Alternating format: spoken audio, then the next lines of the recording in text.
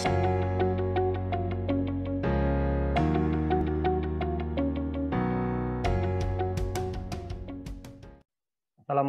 warahmatullahi wabarakatuh. Syukur alhamdulillah kita panjatkan kehadirat Allah Subhanahu wa taala. Selawat beserta salam kita sampaikan kepada Nabi kita Nabi Muhammad sallallahu alaihi wasallam. Yang kami hormati Bapak Ibu sekalian pengunjung Rumah Sakit Dr. Zainul Abidin. Yang kami hormati pemateri edukasi pada hari ini yaitu Dr. Teguh Yusriyadi, spesialis bedah anak. Baik, kami dari Instalasi Promosi Kesehatan Rumah Sakit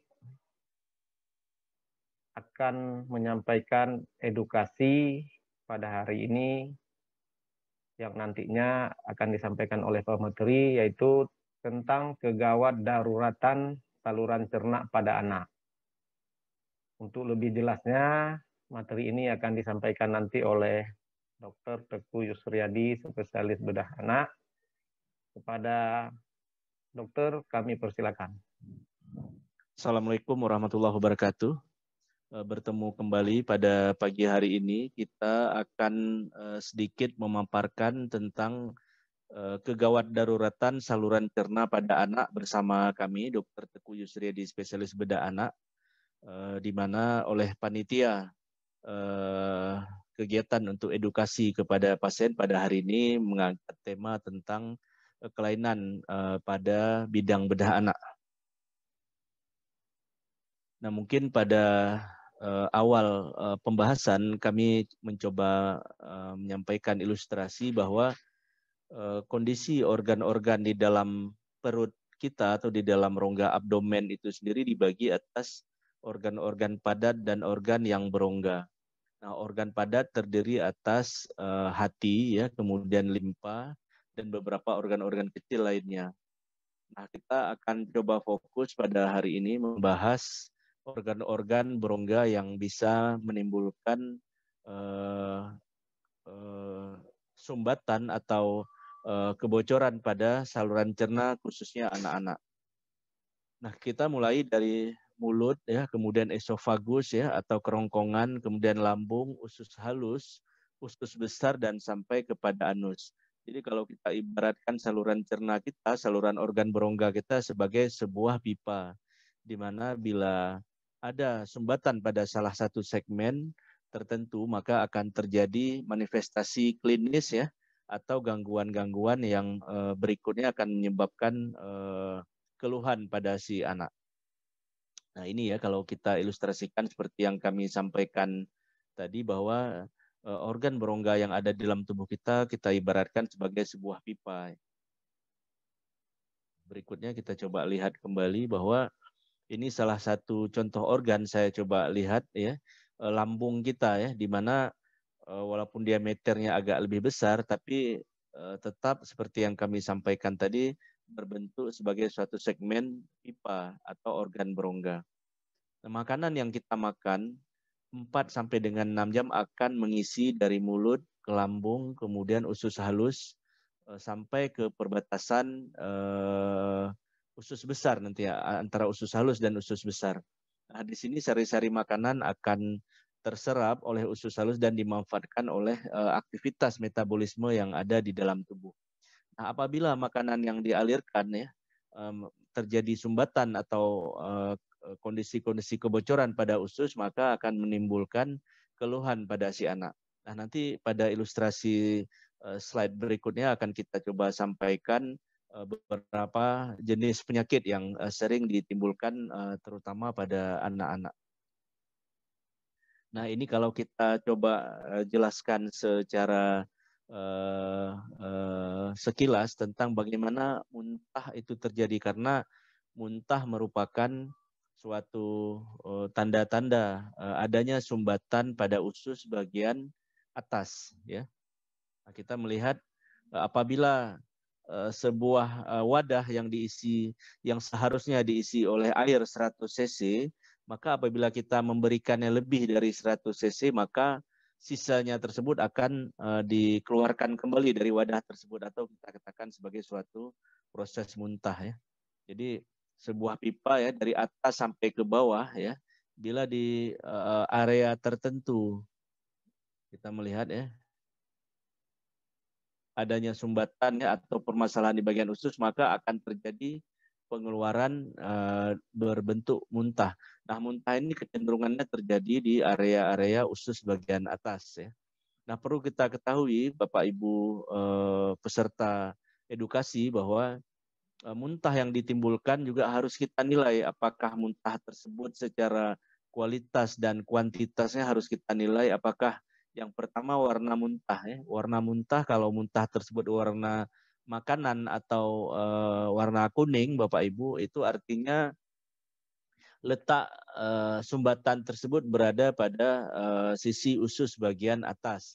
Ya, tapi apabila muntah tersebut berwarna kehijauan, maka perbatasan atau letak kondisi muntah tersebut sudah mencapai area yang lebih bawah lagi dari yang sebelumnya. Dan ini juga menjadi petunjuk medis bagi kita dokter klinisi untuk bagaimana melakukan tata laksana membuktikan bahwa pada pasien tersebut tidak kita dapatkan sumbatan yang sifatnya kelainan bedah. Ya, harus bisa kita singkirkan terlebih dahulu, baru berikutnya kita melakukan pemberian terapi, bisa konservatif atau kalau memang didapatkan real ada kelainan sumbatan, maka dilakukan intervensi pembedahan. Nah, ini kemudian kita melihat kondisi kembung ya, setelah tadi kita membahas muntah, saat ini kita melihat kondisi kembung pada anak-anak. Nah, kondisi kembung ini bisa terjadi akibat adanya sumbatan usus pada bagian bawah ya. Nah, kalau tadi sumbatan usus bagian atas lebih dominan muntah. Nah, kalau usus bagian bawah, keluhan yang ditimbulkan adalah lebih dominan keluhan kembung. Nah, kenapa Bapak Ibu para hadirin sekalian, kembung ini menjadi sesuatu yang penting kita tata laksana segera pada anak-anak? Karena mengingat yang pertama adalah alasan tipe pernafasan pada anak-anak itu adalah abdominotorakal ya. Jadi lebih dominan posisi perut dibanding rongga dada. Sehingga bila kita dapatkan masalah pada rongga perut, maka secara tidak langsung dan tidak begitu lama, maka si pasien akan merasakan keluhan di pendesakan diafragma ya, atau perbatasan antara rongga dada dan rongga perut, sehingga pasien akan sesak dan terjadi gagal nafas berikutnya. Sehingga kalau pasien-pasien dengan keluhan kembung, kita harus segera melakukan dekompresi ya. Nah, pengertian dekompresi Bapak Ibu adalah mengurangi tekanan yang terjadi di dalam perut. Nah, sering nanti kalau misalnya keluarga Bapak Ibu atau anak-anak cucu dari Bapak Ibu semua yang kita lihat kembung, kemudian sang dokter meminta untuk dilakukan pemasangan NGT. Nah, ini kita sering menemukan suatu kejadian bahwa keluarga menolak. Nah, sebenarnya ini bagian dari suatu terapi, bukan untuk mempersulit pasien, akan tetapi adalah mengurangi tekanan yang terjadi di dalam perut dengan mengalirkan udara atau makanan yang menimbulkan sumbatan tersebut ke luar.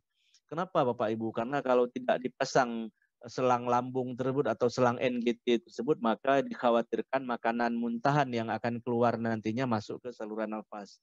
Dan ini sangat berisiko karena bisa menimbulkan aspirasi atau masuknya makanan ke dalam saluran nafas. Dan ini juga perlu kita perhatikan ya, kalau ada muntah, kembung, ya jangan-jangan memang pada anak atau cucu kita terdapat adanya sumbatan. Nah, kita lihat yang pertama ya, ini beberapa contoh kami coba angkat. Ada pasien dengan atresia duodenum. Atresia ini adalah tidak terbentuknya saluran cerna. Duodenum itu adalah saluran usus pada bagian atas ya. Nah, kita melihat pada kondisi seperti ini lebih dominan pasien akan mengeluhkan muntah. Dan muntahnya ini berwarna hijau biasanya Bapak Ibu. Nah, kemudian kalau kita ronsen, kita lakukan pemeriksaan X-ray, itu biasanya akan kita dapatkan dua gelembung saja pada gambaran. Gelembung yang pertama adalah organ lambung, yang kedua adalah organ duodenum ini sendiri atau usus bagian atas ya pada pasien. Tidak kita dapatkan adanya distribusi udara sampai ke bawah.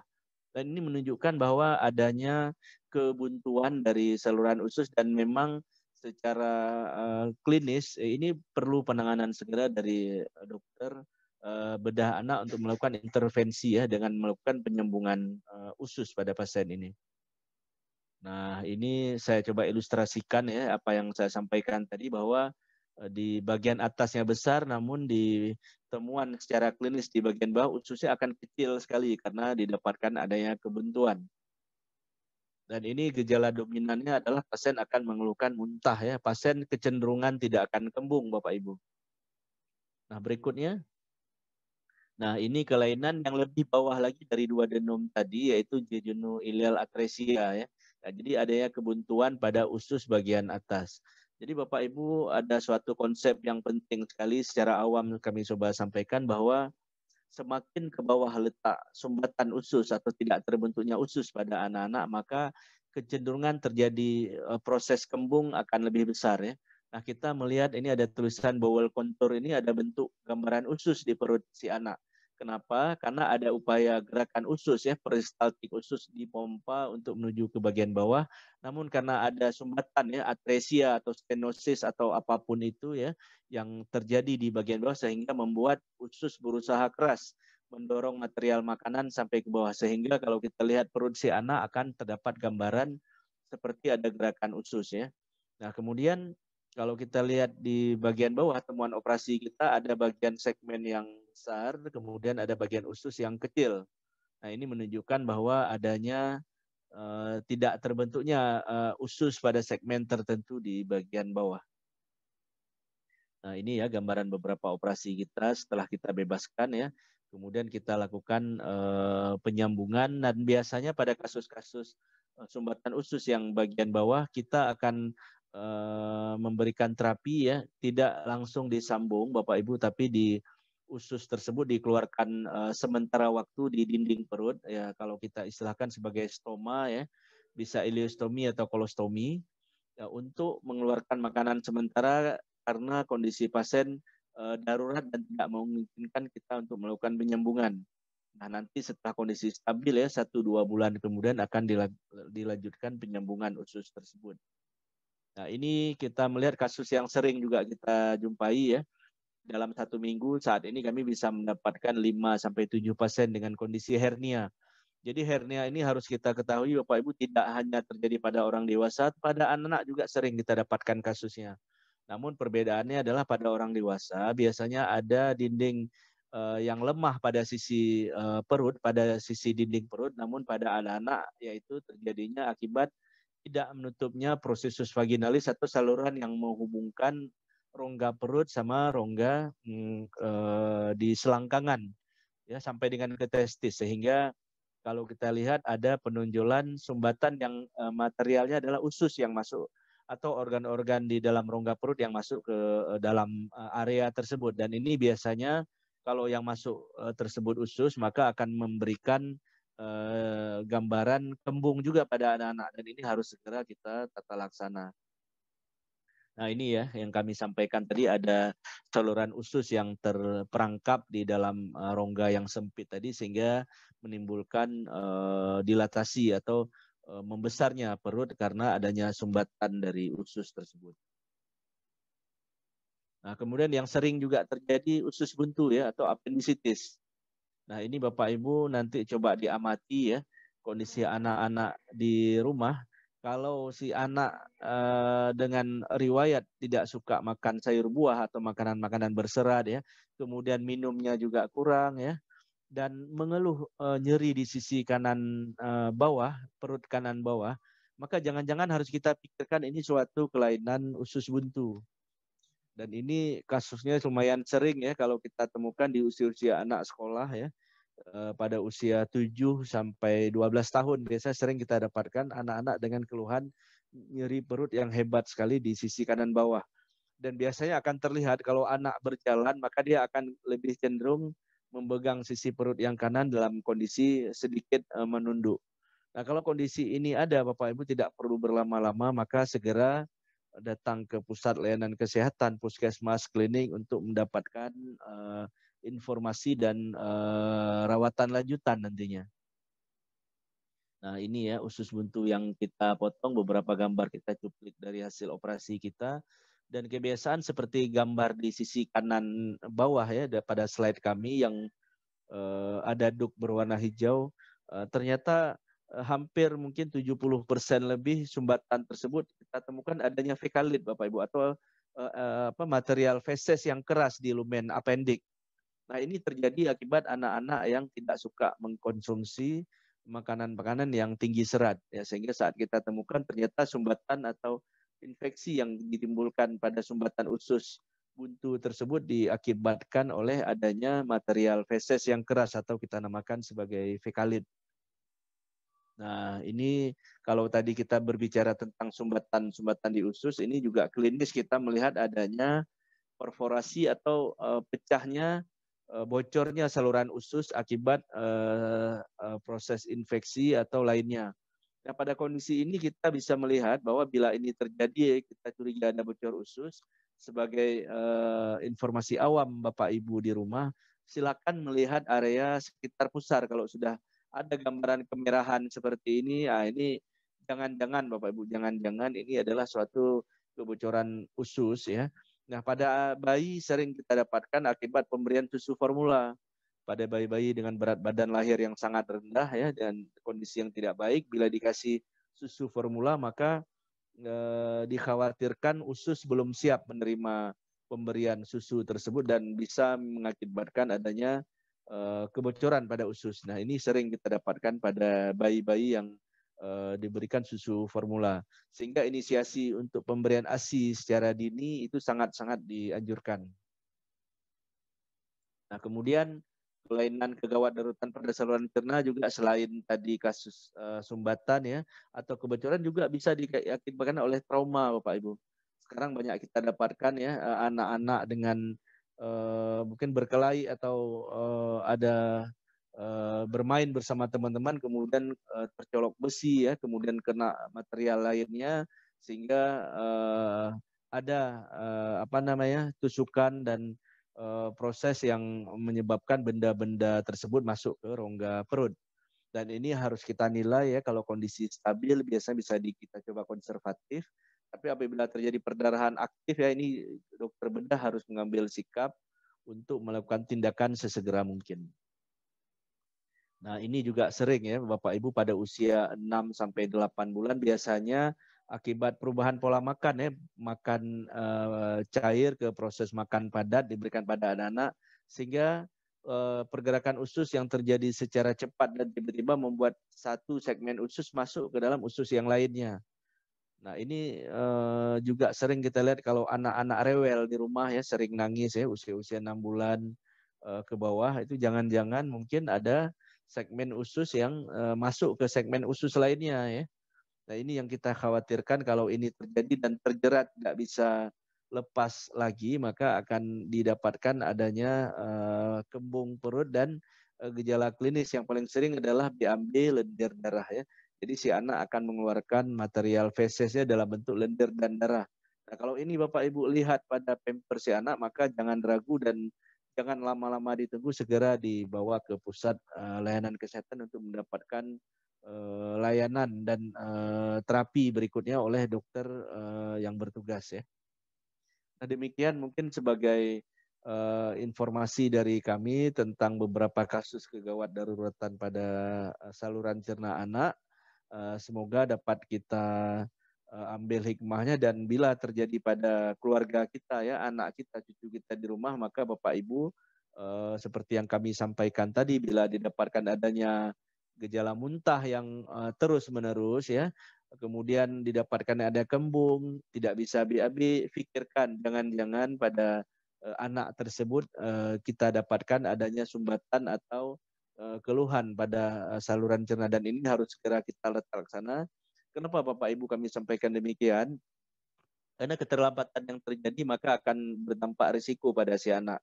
Ya kalau awalnya hanya perut kembung, kita biarkan berlama-lama, maka nantinya akan terjadi gagal nafas. Sehingga pada anak-anak yang dengan keluhan yang kami sampaikan tadi, agar sesegera mungkin dibawa ke pusat layanan kesehatan terdekat di rumah Bapak Ibu, agar dapat ditindaklanjut oleh tim medis yang bertugas di sana. Nah, demikian yang dapat kami sampaikan pada pertemuan singkat ini. Semoga dapat bermanfaat bagi kita semua. Atas perhatiannya kami ucapkan banyak terima kasih. Assalamualaikum warahmatullahi Baik, wabarakatuh. terima kasih Bapak Ibu sekalian. Pada hari ini materi yang sudah disampaikan oleh pemateri kita mudah-mudahan bermanfaat. tentang kegawat daruratan saluran cerna pada anak. Manfaat tersebut akan kita sampaikan juga kepada saudara-saudara kita yang mungkin tidak mendengar materi ini. Terima kasih kami ucapkan kepada Bapak Ibu sekalian yang sudah sudi mendengar edukasi pada hari ini. Dan juga terima kasih kami ucapkan kepada Dr. Teguh Yusriyadi, spesialis bedah anak, yang sudah bersedia menyampaikan materi tersebut kepada kita semua. Mudah-mudahan bermanfaat. Kami dari Instalasi Promosi Kesehatan Rumah Sakit mengucapkan terima kasih kepada Bapak Ibu sekalian dan juga kepada pemateri. Kita akhiri. Assalamualaikum warahmatullahi wabarakatuh.